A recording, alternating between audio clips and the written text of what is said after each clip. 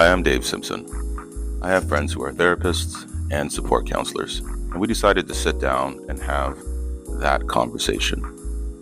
What you're about to hear are excerpts of conversations that we've been having about the community that we live in at large in Nova Scotia. Things that really matter to real people and concerns that people may have. Conversations that people would like to have but don't have, but like to hear had.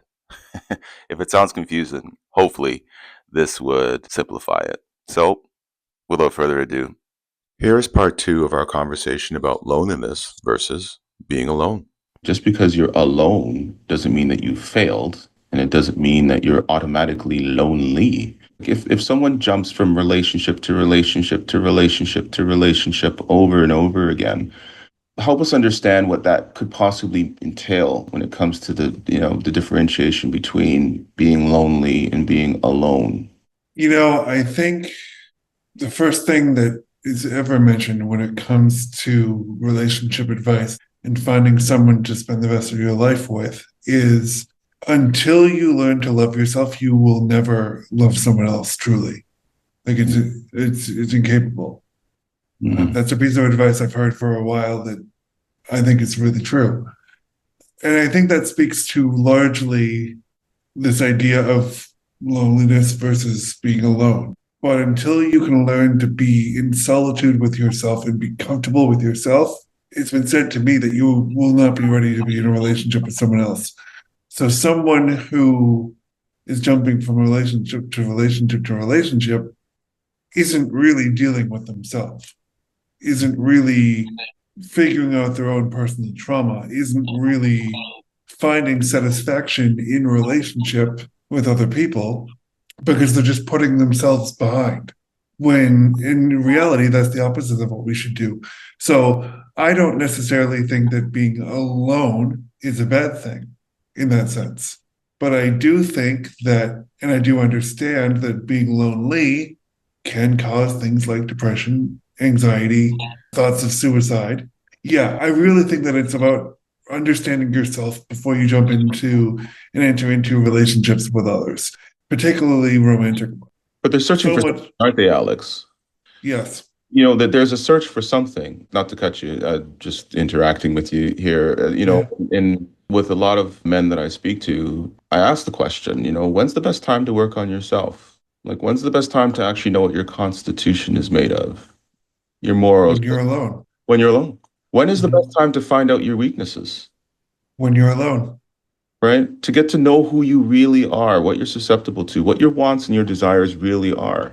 It's the reason why some of us have such trouble falling asleep at night because most times you're alone with your thoughts, not distracted by television or phones or social media or whatever. You're actually forced to sit with yourself and listen to yourself. Mhm. And most times you're doing that, you're alone. Could I jump in here? Yes. Yes. Yeah. So I'm going to a different point of view a little bit. And so I'm totally in agreement with you, Alex. Yet, where I'm going to put a lens to is the place that if we waited till we had ourselves all together in my aloneness, I would never learn who I am with other. I would never have the experience of making my mistakes or seeing where my strengths are. I would have no experience with when even Dave, you said the question of how do we get to know ourselves? I'll say one of the paths is to be connected to others. I'm not necessarily saying relationship, intimate partner, but to be relational, to have building connection so we don't isolate. Because even if we are alone and we're battling learning about ourselves, those moments, like you said, could end up in those thoughts that lead us down into deep isolation from other. And I'm thinking about these men in prior to when they did their homicide or murder act and behavior and all those things is often in violence, we end up very isolated. The family ends up isolated. The man is isolated. The woman, the partner is isolated, and they're figuring everything out alone. For me, I see the path that you're talking about, Alex, as alongside the dance of learning to also connect. So we're not put out on in the pasture that we have to be alone to figure everything out, to have friends, to make relation. That's what group is about. What,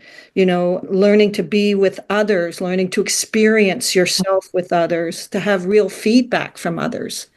And for you to learn how, or a person learn to give, sharing ideas like we are in this conversation, right? We could choose to be fighting here and arguing. And yet, because we're choosing connection, we're experiencing togetherness. And I'm still in my world, you're in your world. And let me just say, I 100% agree with you. And I think the difference is that most non-romantic relationships are not nearly as intense and as connected as romantic relationships tend to be. So I think when you enter a romantic relationship, it's a good idea to have yourself centered first, have a good idea of where you stand and who you are as a person, while you have experimented and you have actually had experience in non-romantic relationships, so you know how people are, you understand. Yeah, I'm 100% echoing what you're saying. We're promoted in society that this relationship, kind of higher privilege is go fast, Yeah. get in a relationship, have your first little girlfriend in kindergarten, or, come on, look at it. We praise that. We praise it. We praise it. Go fast. When Go. are you going to have kids? Yeah, exactly. Yeah. And, one of the things that I do find in speaking with men and women in these relationships where we're doing harm and everything is learning how most, including myself, never learned that to pause, to slow down, to date people, to not go to bed with them or be clear. Like as one person shared with me, I met her in a bar, we got along, she came home, she never laughed. And I Yep. said, you might want to slow that train down Yeah. because he ended up being arrested. And it's much more complicated than that, of course. However, that pacing of even doing self is demanding in society. Like we are demanding ourselves to get rich fast, to be Yeah. happy fast, to do all these things fast. So when we're talking about these different pathways, as you said, Alex, it's like the first thing I think about is what bus do I want to drive and how slow am I willing to go to respect myself and others that I'm trying to learn about, trying to be in relationship with. You have been listening to That Conversation with Dave Simpson. Tune in Tuesday afternoons at 12:30 for more of That Conversation.